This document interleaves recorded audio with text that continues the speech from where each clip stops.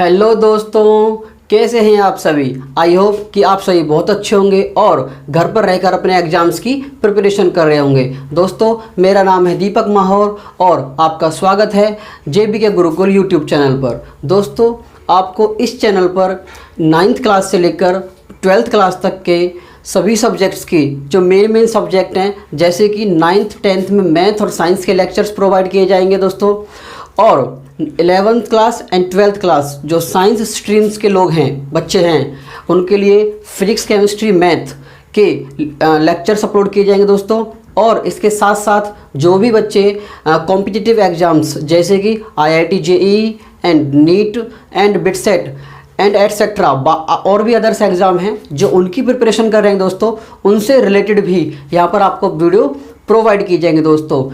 And in exams के अलावा जो भी हमारे अदर कॉम्पिटिटिव एग्ज़ाम्स हैं like air force, navy, NDA and SSC CGL, SSC CHSL and other states level के जो भी कॉम्पिटिटिव एग्ज़ाम्स होते हैं, जैसे कि हरियाणा क्लर्क हो गया, हरियाणा पुलिस हो गया, UP टेट हो गया, इन सभी कॉम्पिटिटिव एग्ज़ाम्स को क्रैक करने के लिए भी आपको यहाँ पर बहुत ही बेनिफिशियल जो वीडियोस होंगी वो आपको यहाँ पे प्रोवाइड की जाएंगी दोस्तों। तो दोस्तों, यदि आपने हमारे चैनल को सब्सक्राइब नहीं किया है और आप हमारे चैनल पर नए हैं तो दोस्तों आप हमारे चैनल को अभी सब्सक्राइब कर लीजिए और बेल आइकन को प्रेस करना मत भूलिएगा।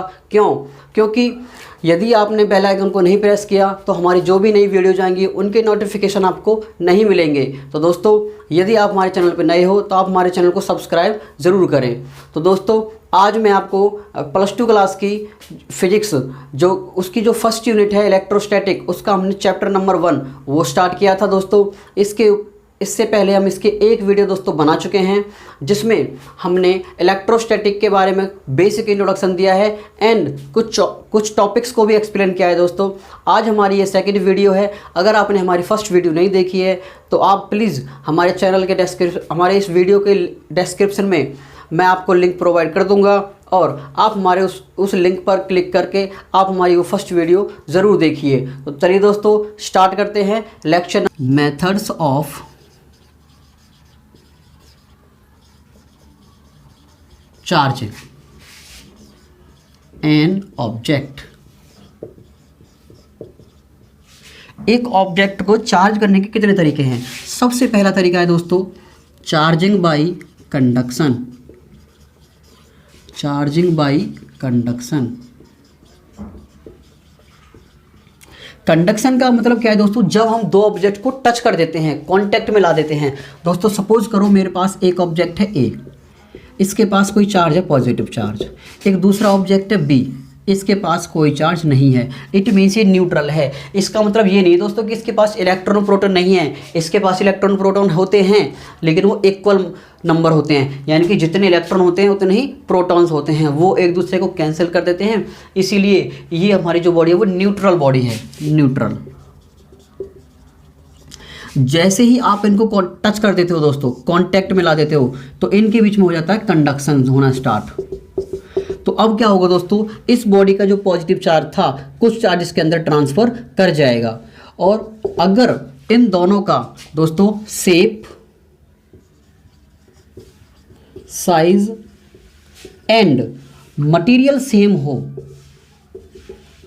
मटेरियल सेम, अगर इन दोनों ऑब्जेक्ट्स के 3 पैरामीटर्स, शेप दोनों की एक जैसी हो, साइज भी बराबर हो और मटेरियल जिससे ये चीज़ बन के मिल के बनी हुई है वो भी सेम हो, तो जो भी चार्ज होता है दोस्तों वो दोनों में इक्वली डिवाइड हो जाता है। जैसे कि मैं कह दूं, अगर कोई बॉडी है एक Q, एक सेम बॉडी है ये जिसके पास कोई चार्ज नहीं है, तो दोस्तों ये जो इसके पास 0 चार्ज है, तो ये जो चार्ज है ना Q, ये दोनों में ऐड करके डिवाइड होके Q/2, ये दोनों में डिवाइड हो जाएगा। इसके पास भी Q/2 आ जाएगा, इसके पास भी Q/2, यानी कि हमारा जो चार्ज है वो दोनों में बराबर अमाउंट में डिवाइड हो जाएगा। लेकिन ऐसा कब होगा दोस्तों, जब इनकी shape, size and material same हो। तो दोस्तों, हमने क्या देखा यहाँ पर, जब एक कंडक्टर बॉडी जिसके पास कोई चार्ज था, इसको जब एक न्यूट्रल बॉडी के कांटेक्ट में लाते हैं तो इसके कुछ चार्ज इसके अंदर ट्रांसफर कर जाता है। तो इसी को बोलते हैं दोस्तों चार्जिंग बाय कंडक्शन। दोस्तों, सेकंड तरीका है हमारा charging by friction. Charging by friction.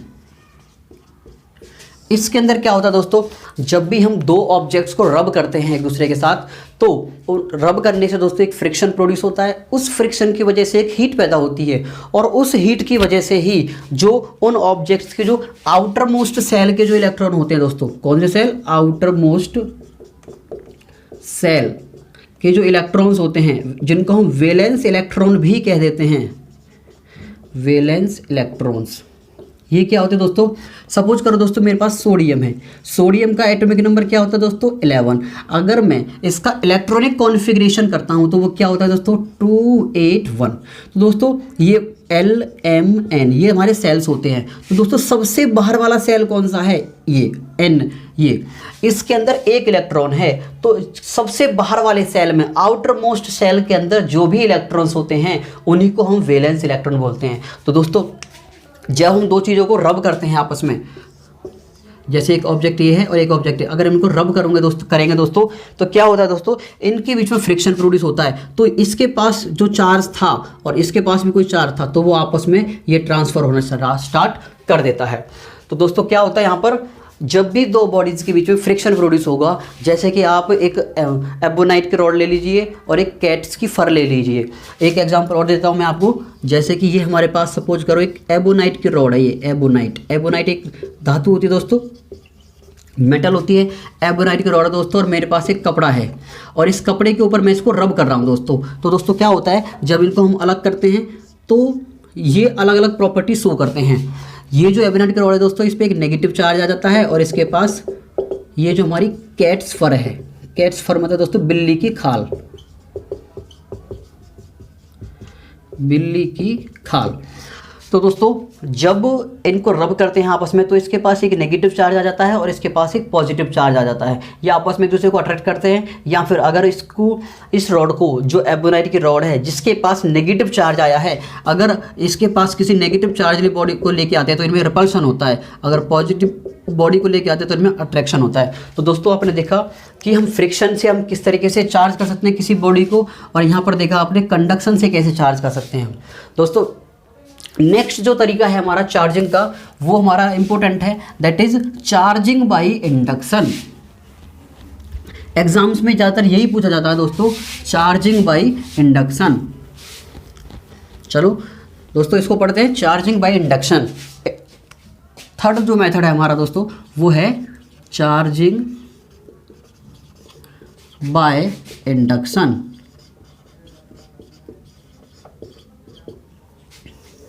इसके अंदर क्या होता है दोस्तों, इसको समझने के लिए मुझे क्या करना पड़ेगा दोस्तों।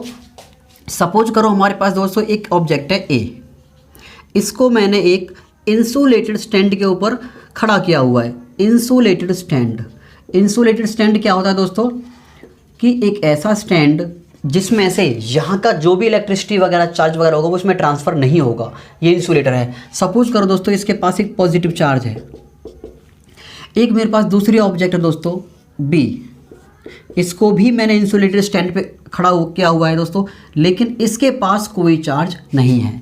दोस्तों अगर इसके पास कोई चार्ज नहीं है तो ये हमारी कैसी बॉडी है, न्यूट्रल बॉडी है।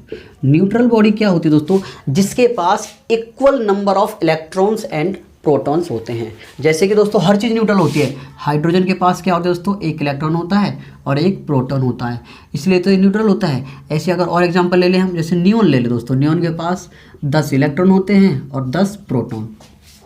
इन द सिमिलर वे इसके पास भी दोस्तों equal number of electrons and protons है। ये हमारा दोस्तों स्टेप नंबर 1 है। अगले स्टेप में दोस्तों हम क्या करते हैं, इसको, इन दोनों बॉडीज को एक दूसरे के कॉन्टैक्ट में नहीं लाते, लेकिन इनको क्लोज लेके आते हैं, क्लोज, इस तरीके से। तो दोस्तों क्या होगा, इसके पास पॉजिटिव चार्ज था, तो दोस्तों क्या होगा, इसके अंदर जो इलेक्ट्रॉन्स होंगे, जो नेगेटिव चार्ज होगा उसको ये अपनी तरफ अट्रैक्ट कर लेगा, नेगेटिव वाले को, क्योंकि ये पॉजिटिव है, और जो इसके अंदर जो पॉजिटिव था उसको ये रिपेल कर देगा। लेकिन दोस्तों एक बात याद रखना कि जितना इसके पास पॉजिटिव है उतना ही नेगेटिव प्रोड्यूस होगा। जैसे अगर इसके पास 5 पॉजिटिव है तो इसके पास 5 नेगेटिव आएगा, और दूसरी साइड में 5 पॉजिटिव आएगा। दोस्तों ये सेकंड स्टेप है। अगले स्टेप में क्या करते हैं दोस्तों, ये जो हमारी जो बॉडी बी है, इसकी जो पॉजिटिव वाली एंड है, पॉजिटिव वाली जो साइड है, अभी ये इसी के पास है दोस्तों, क्लोज है दोनों एक दूसरे के। तो दोस्तों क्या होगा, ये जो पॉजिटिव वाली एंड है इसको हम कर देते हैं दोस्तों अर्थ। अर्थ का मतलब क्या होता है दोस्तों, और आप जानते हो अर्थ हमारी एक ओशियन ऑफ चार्ज है, ओशियन ऑफ चार्ज, यानी कि चार्ज का एक समुंदर है। इसको हम कुछ भी चार्ज दे दे या ले ले, इस पर कोई भी फर्क नहीं पड़ सकता। इसकी जो कैपेसिटी है ना चार्ज की स्टोर करने की, वो इनफाइनाइट है। तो दोस्तों क्या होगा, ये जो पॉजिटिव चार्ज है ये अर्थ के अंदर फ्लो कर जाएगा। अच्छा दोस्तों, ये हमारा थर्ड स्टेप है दोस्तों। ये जो नेगेटिव चार्ज है ना, ये अभी भी इसकी लेफ्ट साइड में ही बाउंड रहेगा। क्यों रहेगा, क्योंकि इसने इसको अपनी तरफ अट्रैक्ट किया हुआ है, क्योंकि क्लोज है दोनों। अगले स्टेप में क्या करते हैं दोस्तों, इन ऑब्जेक्ट्स को हम थोड़ा जहां पर ये जो पोजीशन की पहले थी वही उसी पोजीशन में इसको लेके चले जाते हैं। एक ऑब्जेक्ट बी पॉजिटिव। तो दोस्तों चार्ज की एक प्रॉपर्टी होती है, क्या प्रॉपर्टी होती है कि अगर हम ये बोर्ड है, एक हमारा जो व्हाइट बोर्ड है, अगर मैं यहाँ पे कोई चार्ज दे देता हूँ तो वो चार्ज यहाँ पर ना रुककर इस पूरी बॉडी पर फैल जाता है। तो इसी को यानी कि the charge given to an object gets uniformly distributed over the surface of the object. किसी भी बॉडी को दिया गया चार्ज उसकी पूरी बॉडी पर यूनिफॉर्मली बराबर मात्रा में फैल जाता है। ये प्रॉपर्टी होती है चार्ज की। तो सेम यहाँ पे होगा। अभी तो जो नेगेटिव था इसको पॉजिटिव ने अपनी तरफ अट्रैक्ट किया हुआ था, तो ये एक ही तरफ था। लेकिन जैसे ही पॉजिटिव को अलग करेंगे तो ये जो नेगेटिव चार्ज है पूरी बॉडी पे यूनिफॉर्मली डिस्ट्रीब्यूट हो जाएगा। ये हमारा स्टेप नंबर 4 है। तो दोस्तों आप स्टेप नंबर 1 और स्टेप नंबर 2 की कंपेयरिंग कर सकते हैं और आप देख सकते हैं यहाँ पर स्टेप 1 में बॉडी बी के पास कोई भी चार्ज नहीं है और स्टेप 4 में इस बॉडी के पास एक चार्ज आ जाता है। तो हमने क्या कर दिया, हमने इस अनचार्ज्ड बॉडी को चार्ज कर दिया विदाउट एनी एक्चुअल कांटेक्ट, बिना किसी कांटेक्ट के, बिना किसी फ्रिक्शन के, रबिंग के, हमने एक बॉडी को चार्ज कर दिया केवल पास लाकर इंडक्शन से। इंडक्शन का मतलब होता है कि कोई भी दो ऑब्जेक्ट जो एक दूसरे के पास रखे हुए हैं, ना कि कोई इनके बीच में कांटेक्ट है। तो इसी वे मेथड्स ऑफ चार्जिंग को ही चार्जिंग बाय इंडक्शन कहा जाता है दोस्तों। एक बार और दोस्तों 1 मिनट के अंदर रिकॉल करते हैं इसको। एक बॉडी है ए जिसके पास कोई चार्ज है, एक दूसरी बॉडी है बी जो न्यूट्रल है। जब इनको आप क्लोज लेके आते हैं तो जितना चार्ज इसके पास था उतना ही चार्ज बट अपोजिट नेचर का इसके पास यहाँ पे प्रोड्यूस हो जाएगा और जो दूसरा अपोजिट चार्ज है वो दूसरी साइड में हो जाएगा। अब अगर हम इसकी पॉजिटिव वाली साइड को हम अर्थ कर देते हैं दोस्तों, अर्थिंग एक कॉपर का वायर लेके इधर लगा के उसको हम अर्थ के अंदर डाल देते हैं, तो ये वाला जो पॉजिटिव चार्ज था ये अर्थ के अंदर फ्लो कर जाएगा, तो ये चला जाएगा। लेकिन अभी भी नेगेटिव चार्ज बाउंड यहीं पे रहेगा। क्यों? क्योंकि इसने इसको अट्रैक्ट किया हुआ है, क्योंकि इनके बीच की डिस्टेंस बहुत कम है। लेकिन जैसे ही इनको हम पहले वाली प्रीवियस पोजीशन पे लेके जाते हैं, अलग अलग कर देते हैं, फार कर देते हैं, तो क्या होगा दोस्तों, मैंने आपको बताया चार्ज की एक प्रॉपर्टी होती है कि जब भी किसी बॉडी को चार्ज दिया जाता है तो उस बॉडी पे पूरी यूनिफॉर्मली डिस्ट्रीब्यूट हो जाता है, फैल जाता है, बट जाता है। तो ये जो नेगेटिव चार्ज था वो इस पूरी बॉडी पे फैल जाएगा। इस वे को ही चार्जिंग बाय इंडक्शन कहते हैं दोस्तों। आई होप ये आपको क्लियर हो गया होगा दोस्तों। इसके बाद हम पढ़ते हैं दोस्तों properties of charge, properties of electric charge. कुछ बेसिक प्रॉपर्टीज दोस्तों जिनके ऊपर कुछ क्वेश्चंस आते हैं, एंट्रेंस एग्जाम्स के अंदर भी क्वेश्चन आते हैं, जेई वगैरह, जेई लेवल के या नीट वगैरह के लेवल के जो भी हमारे एग्जाम्स होते हैं उनके अंदर क्वेश्चंस आते हैं इन प्रॉपर्टीज़ के बेस पे। तो दोस्तों पढ़ते हैं properties of electric charge.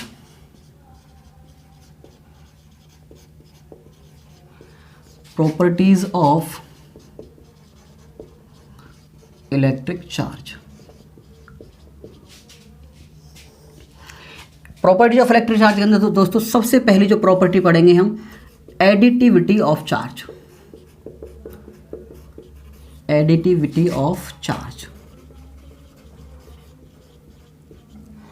Additivity of charge क्या कहता है दोस्तों, कि सपोज करो दोस्तों हमारे पास एक ऑब्जेक्ट है, पहले मैं इसको समझा देता हूँ फिर उसके बाद इसकी डेफिनेशन लिख देंगे दोस्तों। एक बॉडी है ए, कोई भी बॉडी है हमारे पास ए, इसके पास डिफरेंट पॉइंट है दोस्तों। ये पॉइंट P1 है, P2, P3, P4, P5, इसके अलग अलग पॉइंट पर अलग अलग चार्ज है दोस्तों। मान के चलो यहाँ पे चार्ज है प्लस का Q1, यहाँ पे चार्ज है प्लस का Q2, इधर है माइनस का Q3, इधर प्लस का Q4, इधर माइनस का Q5। मुझे इस बॉडी का टोटल चार्ज फाइंड आउट करना है। तो दोस्तों इस बॉडी का जो टोटल चार्ज होता है वो क्या होता है, इन डिफरेंट चार्जेस के जो अलग अलग पॉइंट पे जो चार्ज है ना, इन सब को ऐड कर दो दोस्तों। ऐड कर दिया Q1, Q2, Q3, Q4, Q5 सबको मैंने ऐड कर दिया। लेकिन जो जिसका साइन है वो साइन भी मैंने कंसीडर कर लिया। Q1 प्लस का है तो प्लस का ले लिया, Q2 प्लस का है तो ये भी मैंने प्लस का ही ले लिया, Q3 माइनस का है तो ये मैंने माइनस का ले लिया, Q4 प्लस का है तो प्लस का, और Q5 माइनस है तो माइनस का। तो आपने यहाँ पर देखा कि मैंने इनको जोड़ा तो है, ऐड तो किया है, लेकिन with their sign, algebraic sign. जो पॉजिटिव है उसको पॉजिटिव लिया है, नेगेटिव है नेगेटिव लिया है। तो इसी सम को ही हम एल्जेब्रिक सम बोलते हैं। Algebraic sum, algebraic sum. तो दोस्तों हमने यहाँ पे क्या देखा, अब मैं इसकी डेफिनेशन लिख देता हूँ। The total charge of an isolated object. दोस्तों आइसोलेटेड ऑब्जेक्ट क्या होता है, जो किसी भी बाहर की जो सराउंडिंग है उससे बिल्कुल ही अलग हो, उसका बाहर वाली आउटर सराउंडिंग जो है, बाहर वाली जो भी चीज़ें हैं उनसे उसके ऊपर कोई भी फर्क नहीं पड़ सकता, उसको बोलते हैं आइसोलेटेड। एक तन्हा ऑब्जेक्ट होता है, तन्हा, जो तन्हाई में रहता है। The total charge of an isolated object is equal to the algebraic sum of all the different charges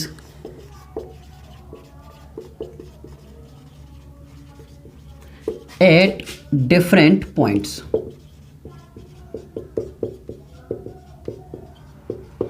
यानी कि दोस्तों एडिटिविटी ऑफ चार्ज क्या कहता है, the total charge of isolated object. Suppose करो ये हमारा आइसोलेटेड ऑब्जेक्ट है और इसका जो टोटल चार्ज होता है दोस्तों वो बराबर होता है एल्जेब्रिक सम। एल्जेब्रिक सम, ये नोट करने वाली बात दोस्तों, सम तो एक दो टाइप के सम होते हैं। एक तो मैथमेटिकल सम, उसमें हम सारी चीज़ों को पॉजिटिव ले देते हैं, लेकिन जब हम उनका साइन भी कंसीडर करें, कोई पॉजिटिव है तो पॉजिटिव लेना है, नेगेटिव है तो नेगेटिव लेना है, तो उन सब का जो सम होता है, डिफरेंट चार्जेस का, अलग अलग चार्जेस का, अलग अलग पॉइंट पे जो चार्जेस हैं उन सब के जोड़ के बराबर होता है टोटल चार्ज। तो दोस्तों इसको मैं अगर आपको I hope it's clear to you. Next property पढ़ते दोस्तों। सेकेंड प्रॉपर्टी है दोस्तों कंजर्वेशन ऑफ चार्ज। दोस्तों कंजर्वेशन ऑफ चार्जेस के ऊपर कई क्वेश्चंस आते हैं, बोर्ड के एग्जाम में भी आते हैं और नीट और जेई वगैरह के अंदर भी आते हैं दोस्तों। तो दोस्तों देखो समझते हैं इस चीज सेकेंड प्रॉपर्टीज को। कंजर्वेशन ऑफ चार्ज, इसकी कई डेफिनेशंस मैं आपको बताने वाला हूँ दोस्तों। सबसे पहली डेफिनेशन इसकी बताऊंगा दोस्तों मैं, जैसा कि आप पढ़ते आ रहे हो, charge can neither be created, ना तो इसको हम बना ही सकते हैं, nor be, charge can neither be created nor be destroyed. ना तो इसको दोस्तों हम बना ही सकते हैं अलग से और ना ही इसको हम नष्ट कर सकते हैं, बट लेकिन it can be transfer, but can only be transfer, ये सिर्फ ट्रांसफ़र हो सकता है, only be transfer from one object, एक ऑब्जेक्ट से, from one object to other object,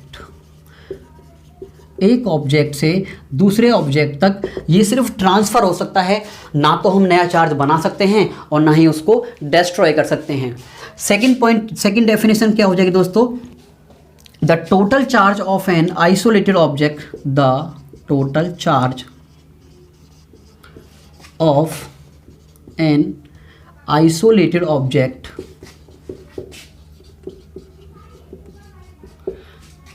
is always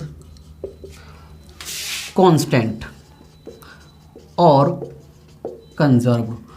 जो किसी भी बॉडी का, लेकिन कौन सी कैसी बॉडी होनी चाहिए, आइसोलेटेड, तन्हा बॉडी होनी चाहिए, जो तन्हाई में जी रही हो, जिसके ऊपर बाहर की सराउंडिंग का कोई भी फर्क ना पड़े, उसका जो टोटल चार्ज होता है वो हमेशा कंजर्व रहता है, संरक्षित रहता है और कांस्टेंट रहता है। इसको मैं आपको एक एग्जांपल से समझाता हूँ दोस्तों।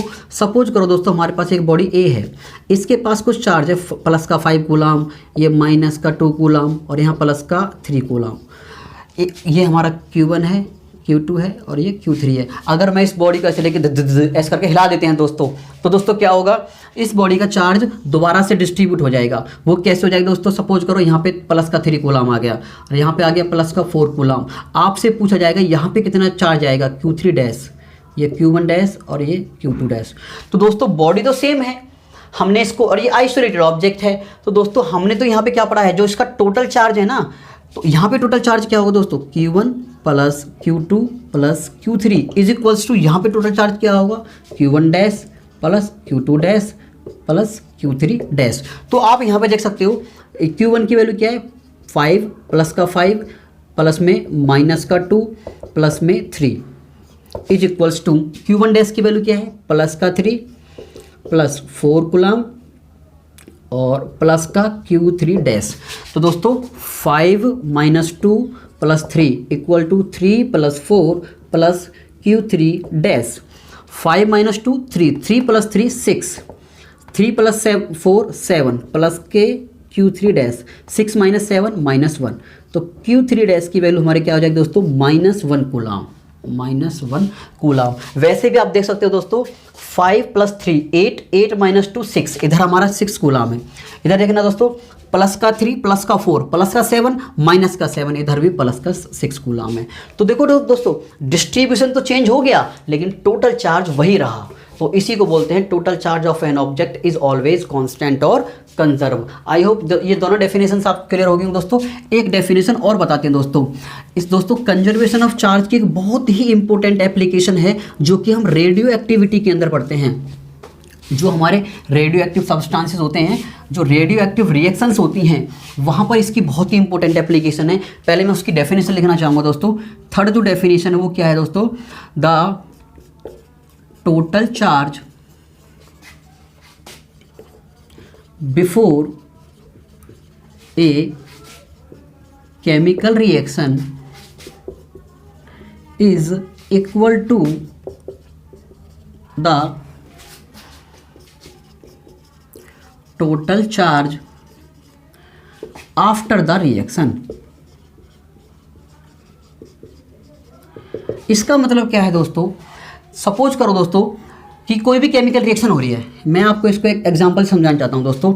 आपके पास यूरेनियम है, यूरेनियम एक रेडियो एक्टिव एलिमेंट है। इसका जो एटॉमिक नंबर होता है दोस्तों वो 92 होता है और इसका जो एटॉमिक मास है दोस्तों वो 238 होता है। तो दोस्तों अगर मैं इसमें से एक अल्फ़ा पार्टिकल निकाल देता हूँ, तो अल्फ़ा पार्टिकल निकालने से दोस्तों ये एक तो बनता है थोरियम।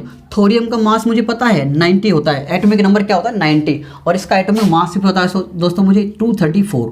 तो ये पूछ रहा है कि एक दूसरा एलिमेंट और निकल रहा है, इसके बारे में हमें इन्फॉर्मेशन देनी है। इसका एटॉमिक नंबर क्या होगा, एटॉमिक मास क्या होगा, और ये कौन सा एलिमेंट है पीरियोडिक टेबल का। तो आप देखें दोस्तों, मैं इधर तो मान लेता हूँ A और इधर मान लेता हूँ B। तो दोस्तों मैंने अभी अभी आपको बताया, क्या बताया, अच्छा दोस्तों मैं आपको एक चीज़ बताना चाहता हूँ। जैसे हमारे पास सोडियम है दोस्तों, सोडियम का एटॉमिक नंबर 11 होता है और सोडियम का एटॉमिक मास 23 होता है। तो दोस्तों जो भी इसका एटॉमिक नंबर इधर लिखा होता है, इतने तो इसके अंदर इलेक्ट्रॉन होते हैं, इतने ही प्रोटॉन्स होते हैं। एंड न्यूट्रॉन्स निकालने के लिए क्या करते हैं दोस्तों, एटॉमिक मास में से एटॉमिक नंबर को माइनस कर देते हैं। 23 माइनस 11 12 न्यूट्रॉन, सॉरी ये प्रोटॉन है। तो दोस्तों आपको पता है जो किसी भी चीज़ का चार्ज होता है वो या तो इलेक्ट्रॉन का होगा या प्रोटॉन्स का होगा। तो इसके पास कितना चार्ज है, 11 इलेक्ट्रॉन के बराबर। तो दोस्तों सिमिलर में इधर कितना चार्ज है 92, इधर कितना है 90, इधर पता नहीं मुझे क्या है, लेकिन मैंने यहाँ पे क्या लिखा है दोस्तों, total charge before the chemical reaction. एक रिएक्शन से पहले का जो टोटल चार्ज है जो कि है 92 is equal to the total charge after the reaction. After the reaction, reaction के बाद कितना चार्ज है, इधर 90 है, हमें तो टोटल लेना है, तो टोटल में तो ऐड करना पड़ेगा 90 प्लस का A। तो आप इस 90 को इधर ले आएंगे, 92 माइनस 90, यहाँ से आएगा 2, तो A की वैल्यू क्या हो जाएगी, 2 हो जाएगी दोस्तों। तो यहाँ तो हमारा 2, ये तो हमारा 2 आ गया एटॉमिक नंबर। इसके बाद दोस्तों आप और भी क्लासेस में, लोअर क्लासेस में आप पढ़ चुके हैं कंजर्वेशन ऑफ मास। मास भी हमेशा कंजर्व रहता है, लेकिन ये हमेशा एक यूनिवर्सल लॉ नहीं है। Mass can be transfer into other forms of energy as I have already told you. जैसा कि मैं आपको पहले बता चुका हूँ, mass is not always conserved. It can be transferred from to one form to another form. But जो total mass है, अगर इसका इधर टोटल मास हमारा 238 है, इधर कितना है 234 प्लस में b, तो इसको इधर ले आते हैं तो ये आ जाएगा 4, तो b की वैल्यू क्या हो जाएगी 4। तो दोस्तों अगर मैं इधर 4 पुट कर देता हूँ तो आप मुझे बताइए एक पीरियोडिक टेबल के अंदर एक ऐसा एलिमेंट बताइए जिसका एटॉमिक नंबर तो 2 होता हो और एटॉमिक मास 4। आप जानते हो वो एलिमेंट हमारा होता है हीलियम 2,4। तो दोस्तों इसकी जगह पर क्या आ जाएगा 2He4। तो दोस्तों यही एक एप्लीकेशन थी जो हमारी तीसरी प्रॉपर्टीज है कंजर्वेशन ऑफ सेकंड प्रॉपर्टी है कंजर्वेशन ऑफ चार्ज। ये इस तरीके के हमारे न्यूमेरिकल्स हमारे एग्जाम्स के अंदर आते हैं, नीट के अंदर, IIT JEE वगैरह के अंदर, और हमारे जो बोर्ड्स लेवल के जो एग्जाम होते हैं उनमें भी आते हैं दोस्तों। तो आई होप दोस्तों ये प्रॉपर्टीज भी आपको क्लियर हो गई होगी। दोस्तों अब जो मैं प्रॉपर्टी बताने जा रहा हूँ आपको, third property, the very most important property, इसके ऊपर बहुत सारे क्वेश्चंस बनते हैं और बोर्ड्स के लेवल के अंदर भी ये बहुत ज़्यादा आता है, और जो हमारे एंट्रेंस एग्जाम होते हैं उनके अंदर भी यहीं से क्वेश्चन पुटअप होता है। दोस्तों थर्ड प्रॉपर्टी है हमारी क्वांटाइजेशन ऑफ चार्ज।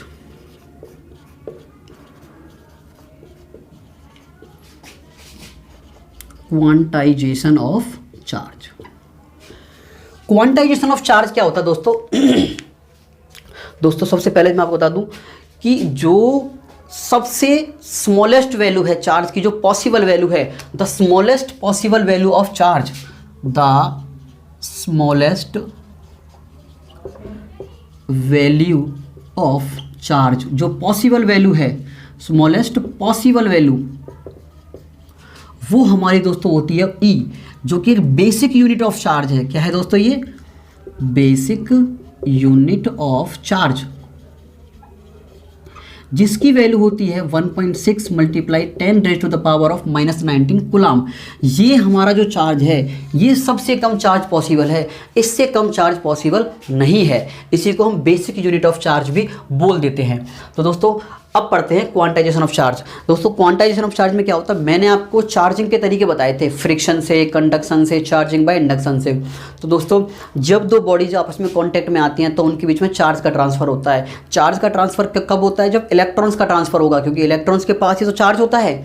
तो ये क्या कहता है, जब इलेक्ट्रॉन का ट्रांसफर होता है ना तो वो हमेशा इंटीजर की फॉर्म में होता है। इंटीजर का मतलब 2 इलेक्ट्रॉन का ट्रांसफर हो जाएगा, 10 इलेक्ट्रॉन का ट्रांसफर हो जाएगा। ऐसा नहीं है कि 2.5 इलेक्ट्रॉन का है, 5/2 का या 7/2 का, 3.7 का, नहीं। इंटीजर की फॉर्म में हमेशा इलेक्ट्रॉन का ट्रांसफर होगा, या either it can B 5, 6, 7, 8, 9, 10, it can be any number, but it must be integer number. वो इंटीजर होना चाहिए। इंटीजर मतलब पूर्णांक संख्या होनी चाहिए। 10 इलेक्ट्रॉन का ट्रांसफर हो रहा है, 20 का हो रहा है, तो इसी को बोलते हैं क्वांटाइजेशन ऑफ चार्ज। दोस्तों अगर मैं इसकी डेफिनेशन लिखना चाहूं तो क्या बनेगी definition? The total charge of an isolated object, the total charge of an isolated object is equal to the integral multiple of a basic unit of charge, जो कि E होती है। तो दोस्तों ये क्या कहता है, the total charge of an object. Suppose करो ये कोई ऑब्जेक्ट है, इसका मुझे टोटल चार्ज निकालना है Q। The total charge of an object is equal to integral multiple, मैंने हमारे पास कोई इंटीजर ले लिया, एन एक कोई इंटीजर है, multiple n multiply n integral multiple of basic unit of charge जो कि E होती है, n मल्टीप्लाई बाई E। तो दोस्तों ये क्या कहता है, टोटल चार्ज जो होता है वो एक इंटीग्रल मल्टीपल होता है। मल्टीपल मतलब गुणांक होता है बेसिक यूनिट ऑफ चार्ज जो कि E होती है। यहाँ पे दोस्तों n क्या है, हमारा इंटीजर है, लेकिन ये शो क्या करता है दोस्तों, नंबर ऑफ इलेक्ट्रॉन्स, जो भी हमारे इलेक्ट्रॉन्स ट्रांसफर्ड होते हैं, ट्रांसफर्ड कितने इलेक्ट्रॉन जो भी हमारे ट्रांसफर्ड हुए हैं वो उसको शो करता है n। और ये हमेशा क्या होता है दोस्तों, इंटीजर। इसकी वैल्यू क्या क्या हो सकती है दोस्तों, +-1, +-2, +-3। It can be either positive और negative, but it must be integer. ऐसा नहीं है दोस्तों कि 3/2 इलेक्ट्रॉन का ट्रांसफर हो रहा है, 2.5 इलेक्ट्रॉन का ट्रांसफर थोड़ी होगा, 1.5 इलेक्ट्रॉन का ट्रांसफर थोड़ी होगा। तो ये पॉसिबल वैल्यू नहीं है, या फिर ये जो हमारी जो फ्रैक्शनल वैल्यू है ना ही ये होगा। ये हमारा सिंपल एक इंटीजर नंबर होना चाहिए। इसका मतलब दोस्तों यहाँ पर हम प्लस माइनस भी पुट कर सकते हैं, क्योंकि ये n की वैल्यू पॉजिटिव भी हो सकती है और नेगेटिव भी हो सकती है। तो दोस्तों आई होप कि आपको डेफिनेशन क्लियर हो गई होगी। एक बार और रिकॉल करा देता हूँ कि किसी भी बॉडी का जो टोटल चार्ज है आइसोलेटेड ऑब्जेक्ट का, वो इंटीग्रल मल्टीपल होता है। इंटीजर, मैंने यहाँ पे कोई भी इंटीजर ले लिया, integral multiple of A basic unit of charge. हमेशा n की वैल्यू, कंडीशन बस एक ही मान ली दोस्तों, मेन कंडीशन यही है कि n की वैल्यू हमारी क्या होनी चाहिए, इंटीजर होनी चाहिए। तो दोस्तों इसके ऊपर मैं आपको कई क्वेश्चंस कराने वाला हूँ, डिफरेंट टाइप्स के क्वेश्चन जो भी फ्रीक्वेंटली क्वेश्चंस एग्जाम्स के अंदर पूछे जाते हैं, उन्हीं क्वेश्चंस को कराते हैं दोस्तों। अभी तो दोस्तों ये चैप्टर पढ़ा रहा हूँ, थ्योरी पढ़ा रहा हूँ, इसके बाद आपको मैं बोर्ड्स के लेवल के और जो भी हमारे प्रीवियस ईयर्स के एग्जाम है बोर्ड लेवल के, उसके बाद फिर हम धीरे धीरे नीट लेवल के, और उसके बाद हम IIT JEE के भी क्वेश्चंस, रिसेंटली जो हमारे प्रीवियस ईयर के क्वेश्चन है लास्ट 4 to 5 ईयर्स के, वो सारे के सारे क्वेश्चंस मैं आपको डिस्कस करूंगा। लेकिन उसके बाद, उससे पहले आपको कॉन्सेप्ट्स क्लियर होने चाहिए। तो दोस्तों सपोज करो हमसे एक क्वेश्चन पूछा गया, is a charge of 8 into 10 raised to the power of -16 coulomb is possible. मैं दोस्तों ऐसे ही कोई भी एक रैंडम क्वेश्चन ले रहा हूँ, हमें एक चार्ज दिया हुआ है और हमसे पूछा गया है कि क्या ये चार्ज पॉसिबल है। तो दोस्तों मैंने आपको बताया, ऐसे क्वेश्चंस का आंसर करने के लिए आपको सिंपल एक नंबर ऑफ इलेक्ट्रॉन्स निकाल लीजिए, n की वैल्यू।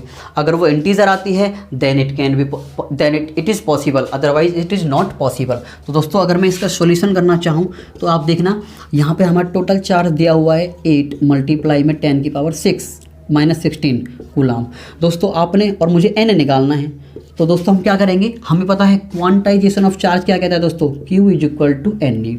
Q की वैल्यू यहाँ से मुझे n निकालना है, तो n की वैल्यू क्या हो जाएगी, Q/E।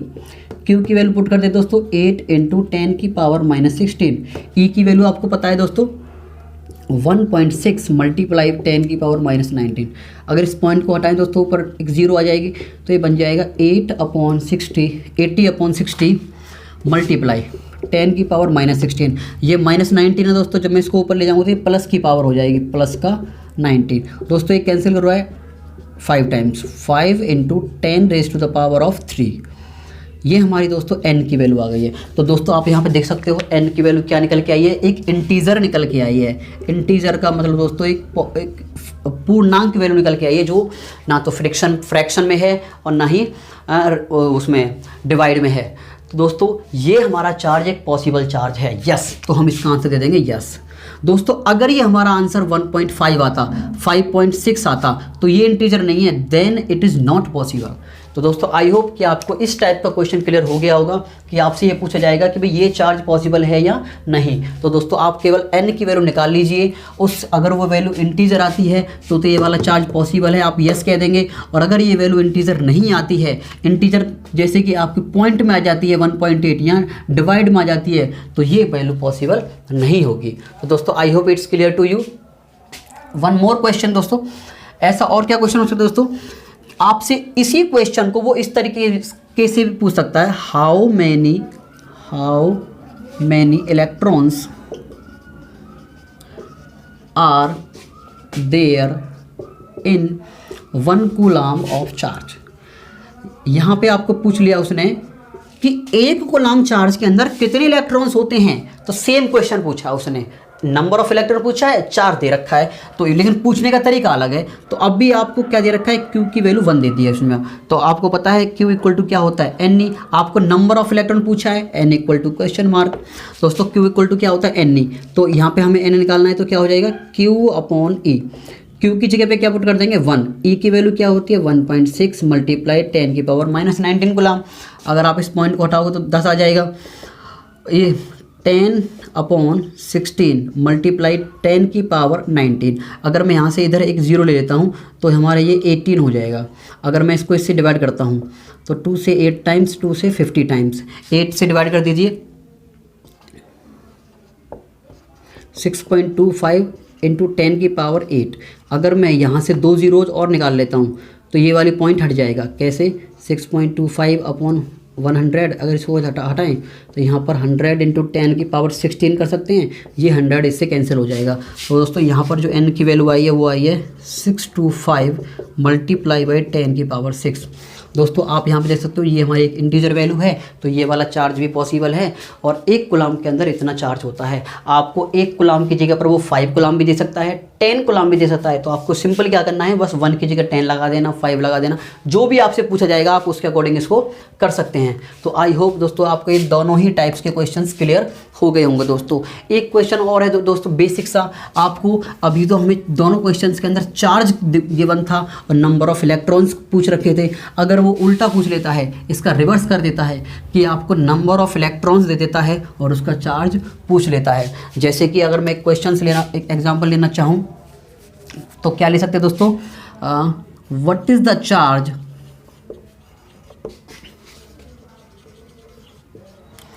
On an object having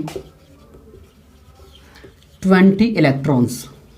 अगर किसी बॉडी के पास 20 इलेक्ट्रॉन्स हैं, 20 इलेक्ट्रॉन्स हैं, तो उसके पास क्या चार्ज होगा। तो दोस्तों इसमें आपको चार्ज ना देकर उसमें नंबर ऑफ इलेक्ट्रॉन्स दे दिया, आपको n की वैल्यू दे दी दोस्तों आपको इसमें। और क्या पूछ रखा है, चार्ज पूछ रखा है, क्यों पूछ रखा है। तो दोस्तों आपको इतना डाटा देखने के बाद, n और q देखने के बाद आपके दिमाग में स्ट्राइक करना चाहिए कि अगर Q दे रखा हो, Q निकालना हो और N, मतलब एक ऐसा फॉर्मूला दिमाग में आना चाहिए जिसमें दोनों वैल्यूज आती हों। तो आपको पता है क्वांटाइजेशन ऑफ चार्ज क्या कहता है, Q इक्वल टू NE। तो यहाँ से Q की वैल्यू मुझे निकालनी, N की वैल्यू 20 है और E की वैल्यू आपको पता है 1.6 multiply by 10 raise to the power of -19 coulomb. तो दोस्तों आप इसको डिवाइड करोगे, पॉइंट हटा के यहाँ पे 0, एक 0 से एक 0, 16 to the 32 multiply by -19 coulomb. तो दोस्तों आप यहाँ पे देख सकते हो कि जब आपको नंबर ऑफ इलेक्ट्रॉन्स गिवन होंगे तो आप टोटल चार्ज कैसे फाइंड आउट करोगे। तो आई होप दोस्तों आपको हम यहाँ तक ये सब कुछ समझ में आया होगा। दोस्तों बस इस वीडियो में इतना ही करते हैं, नहीं तो ये वीडियो बहुत ज़्यादा लंबी हो जाएगी, लेंथी हो जाएगी। तो दोस्तों आप हमें कमेंट बॉक्स में बताइएगा कि आपको ये वीडियो कैसी लगी और आपकी जो भी क्वेरी है आप इसको हमें कमेंट बॉक्स में लिखकर बताइएगा। उस क्वेरी को हम नेक्स्ट वीडियोज़ में फिक्स करने की कोशिश करेंगे, रिजॉल्व करने की कोशिश करेंगे दोस्तों। तो दोस्तों चलिए अब यहीं पर फिनिश करते हैं दोस्तों। आने वाली वीडियोज़ में हम आपको इससे आगे इस सीरीज़ को कंटिन्यू करेंगे। और अगर आपको हमारी वीडियो अच्छी लगी हो और पसंद आई हो तो आप इसको ज़्यादा से ज़्यादा शेयर करें, लाइक करें, कमेंट करें दोस्तों। थैंक